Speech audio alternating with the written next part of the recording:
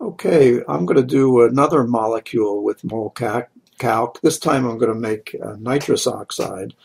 Nitrous oxide is considered to be an important greenhouse gas as well, and I'd like to make it and show you that all of its vibrations are infrared active and able to absorb some of the infrared radiation from the Earth. So let's start with methane as usual and convert it into nitrous oxide. So I put a nitrogen there. I put a nitrogen there. Sometimes it does that a little, I don't know. Hopefully, all right, then we got two nitrogens, and now we want an oxygen on the other side. Okay. Now, nitrous oxide has two double bonds.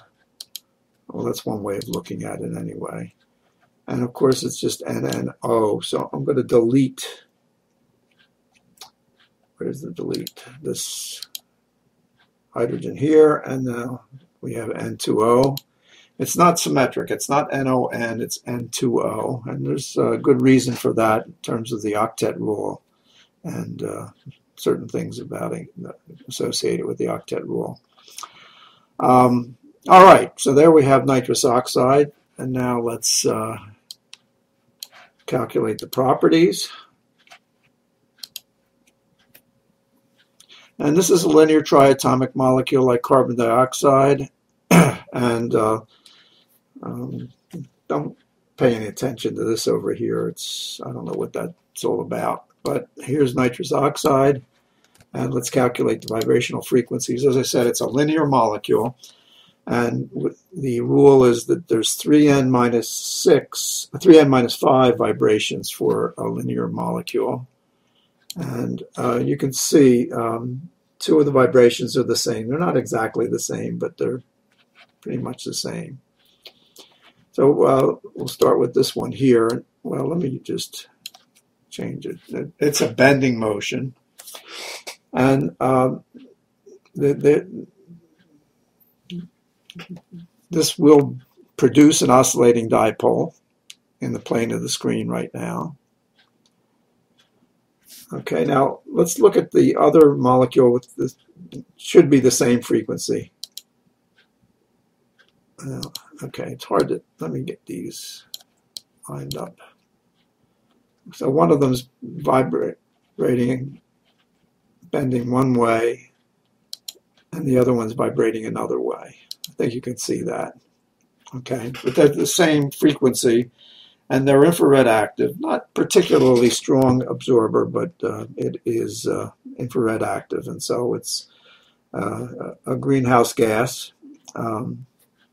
It contributes to the greenhouse gas effect.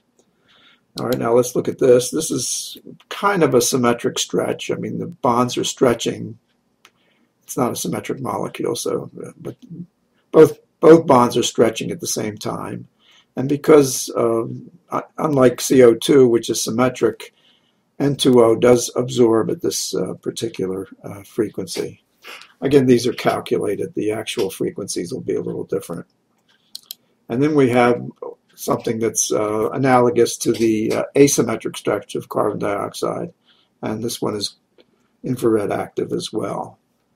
So nitrous oxide, which stays in the atmosphere for a long time, and it's a fairly good absorber. There's not near as much nitrous oxide as carbon dioxide, but it's produced through fertilizers and things like that.